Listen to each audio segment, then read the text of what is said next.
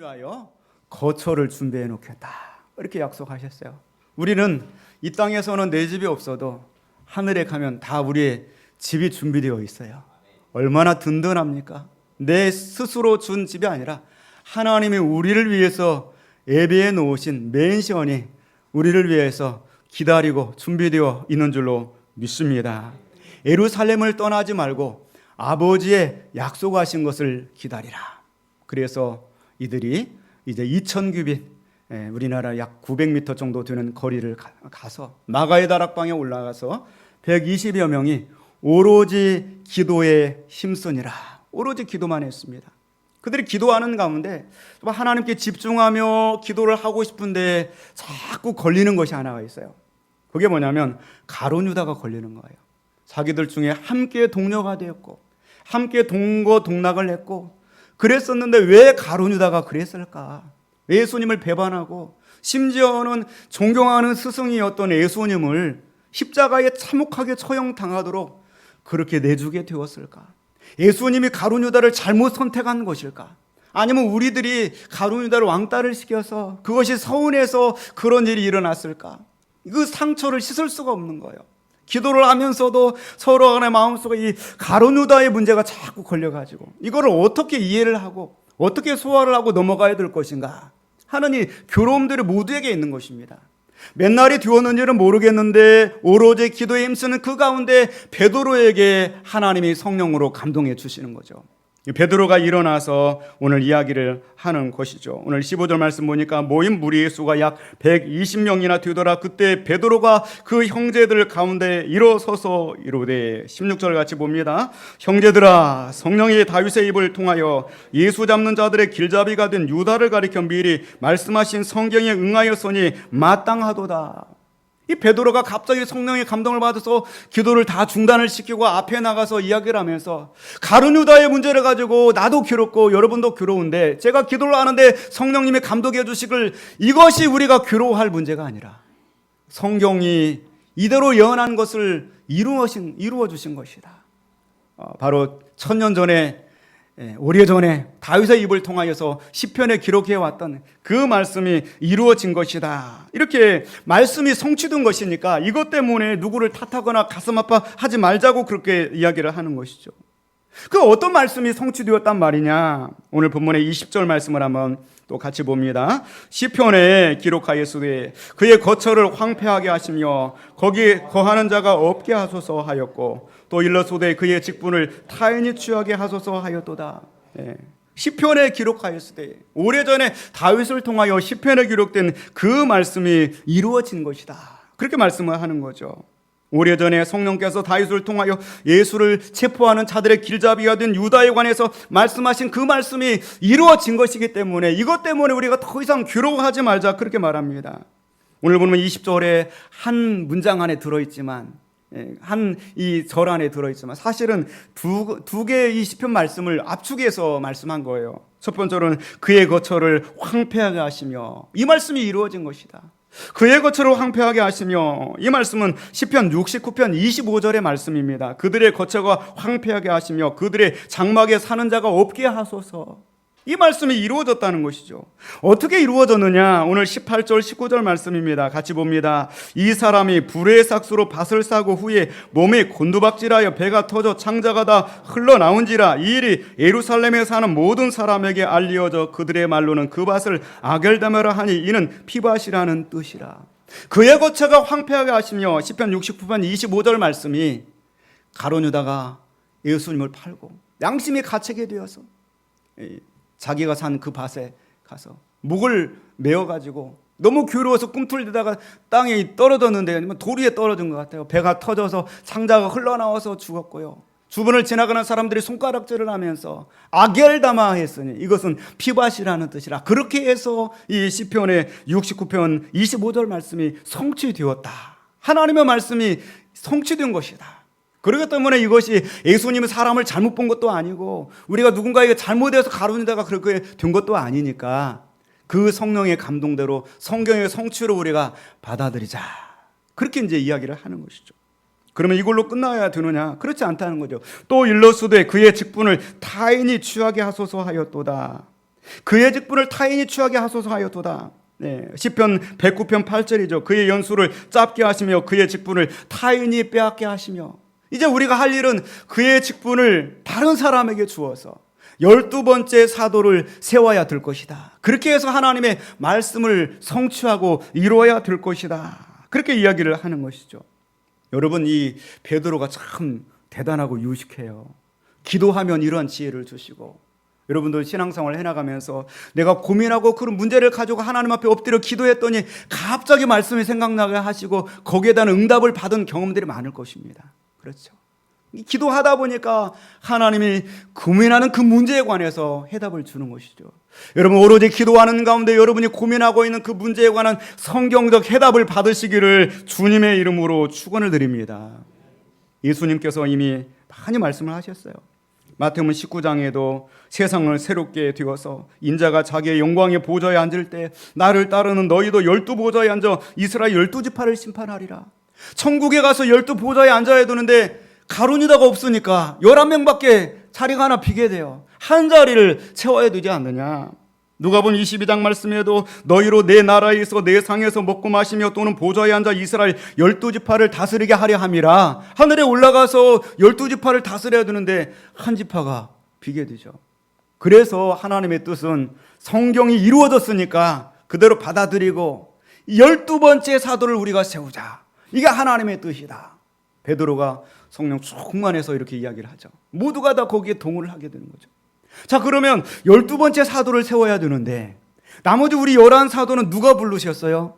예수님이 부르셔서 세웠는데, 그러면 12번째 사도는 어떤 방식으로 어떻게 세워야 될 것이냐, 어떠한 기준을 가지고 세워야 될 것이냐, 또 이 부분에 관해서 고민이 되는 것이죠. 그래 12번째 사도를 세우는 그 기준을 가지고 오늘 우리가 청주기 주일입니다. 오늘 직분자들 약 120여 명 가까이 직분자들을 임명을 했는데요. 과연 우리는 직분자의 기준이 무엇이냐? 어떤 사람이 직분자가 되어야 될 것이냐? 오로지 기도에 힘쓰면서 우리가 하나님의 직분을 맡아서 2020년도 하나님의 사명을 감당하여야 되는데 내가 직분을 받긴 받았는데 직분자를 위하여서 직분자의 하나님이 요구하시는 그 기준이 무엇이냐 하는 것이죠. 오늘 본문에 21절 말씀 이렇게 말씀하고 있습니다. 21절 같이 봅니다. 이러함으로 요한의 세대로부터 우리 가운데서 올려가신 날까지 주 예수께서 우리 가운데 출입하실 때 아멘. 세례 요한의 세례를 받고 예수님이 공생애를 시작해서 하고 나서부터 하늘로 승천하실 때까지 그 모든 생애를 통하여서 예수님과 함께 오직 출입했던 사람들, in and out라고 되어 있어요. 영어 성경을 보니까 who have been with us the whole time, 모든 시간을 the Lord Jesus went in and out among us, in and out among us. 우리와 함께 예수님과 함께 모든 시간들을 보내는 사람, 다른 말로 in and out, 들어가나 나가나 오직 누구? 오직 예수를 생각하는 사람. 그 사람이 12번째 사도가 되어야 된다. 할렐루야. 들어가나 나가나 인앤아웃 오직 예수를 생각하는 사람들이 우들교회 청지기들 직분자들이 되어질 수 있기를 주님의 이름으로 축원을 드립니다. 미국에 한 번도 안 가봤어요. 햄버거 3대 메이커가 있다고 그래요. 그 중에 첫 번째가 파이브 가이즈, 드셔보신 적이 있는지 모르겠어요. 두 번째가 쉐이크색, 일명 쌕쌕버거라고 그래요. 우리나라에 이 쉐이크색은 들어와 있는 걸로 알고 있습니다. 세 번째 버거가 바로 인앤아웃 버거예요. 인앤아웃. 좀 금방 들었던 말씀 같죠? 인앤아웃. 오늘 본문의 말씀에 근거해요. 인앤아웃. 들어가나 나가나 오직 예수. 1948년도 스나이더 부부가 이거를 해도 안 되고 저거를 해도 안 되고 다 실패하는 거예요. 믿음으로 살려고 하는데 온갖 지혜를 다 쓰고 해서 창업을 해도 안 되는 거죠. 그러다 어느 날 말씀에 의뢰받고 인앤아웃. 단순하게 좀 이제 살아보자.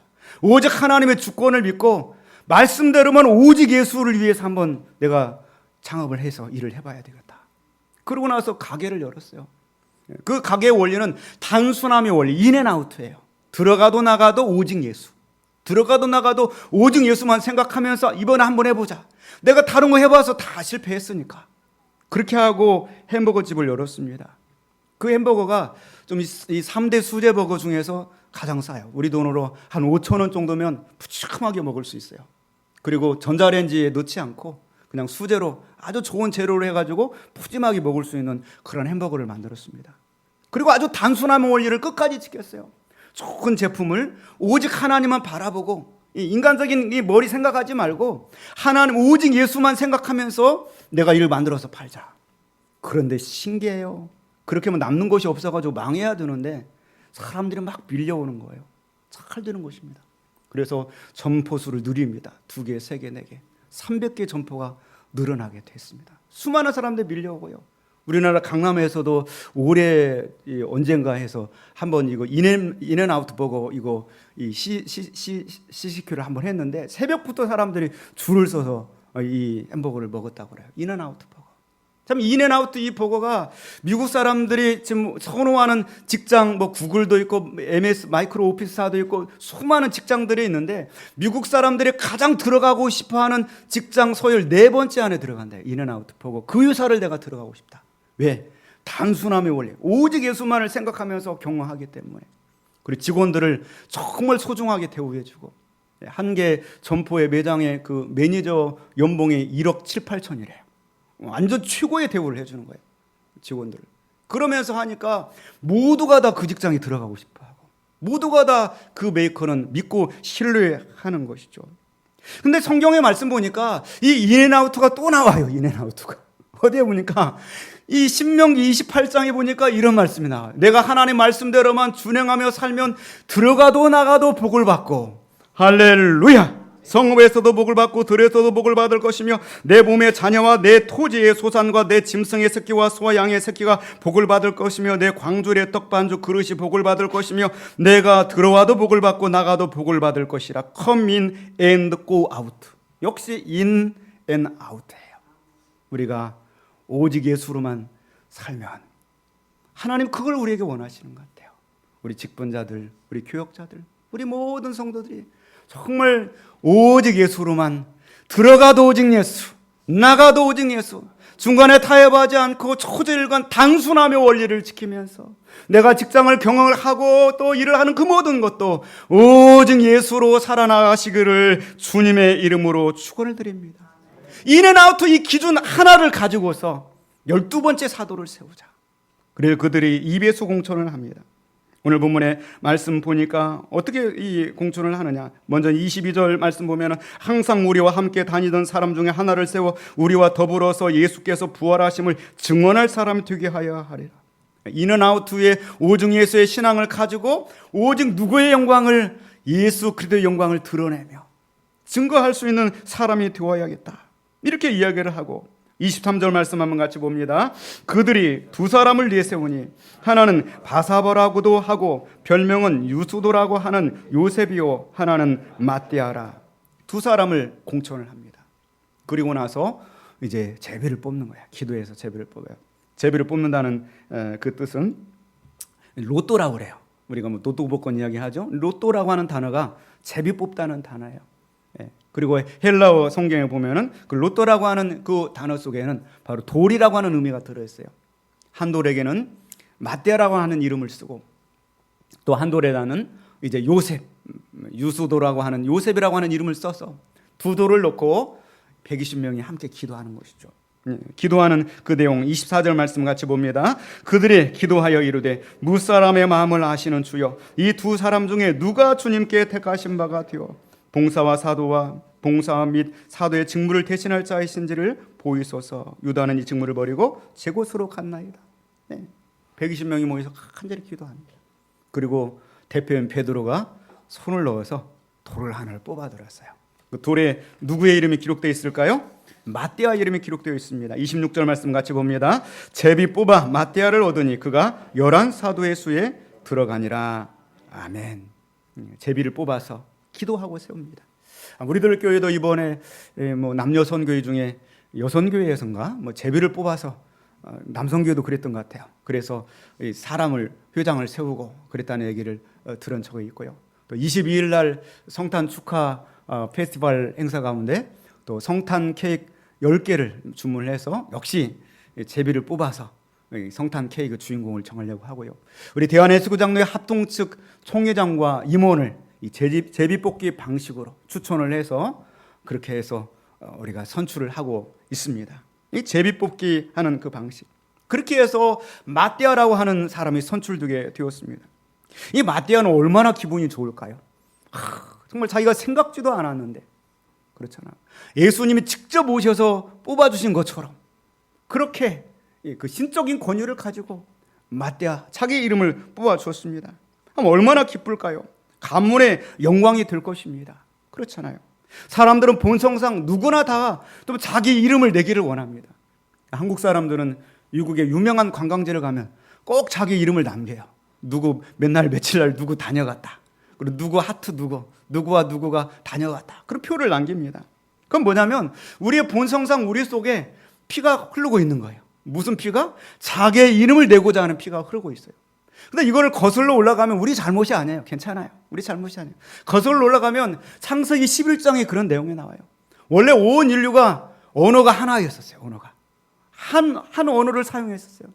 근데 인간이 좀 교만해지니까 집을 짓고 문명이 발달되니까 한 언어를 쓰면서 흑인도 황인도 딱 한 언어를 쓰면서 그렇게 이야기를 하여 온 땅의 언어가 하나요 말이 하나였더라. 이에 그들이 동방으로 옮기다가 신할 평지를 만나 거기 거류하며 서로 말하되 자 벽돌을 만들어 견고히 굽자 하고 이에 벽돌로 돌을 대신하여 역청으로 진흙을 대신하고 또 말하되 자 성읍과 탑을 건설하여 그 탑 꼭대기를 하늘에 닿게 하여 그 탑 꼭대기를 하늘에 닿게 하여 그 다음에 내용을 보니까 우리의 이름을 내고 이렇게 돼 있어요.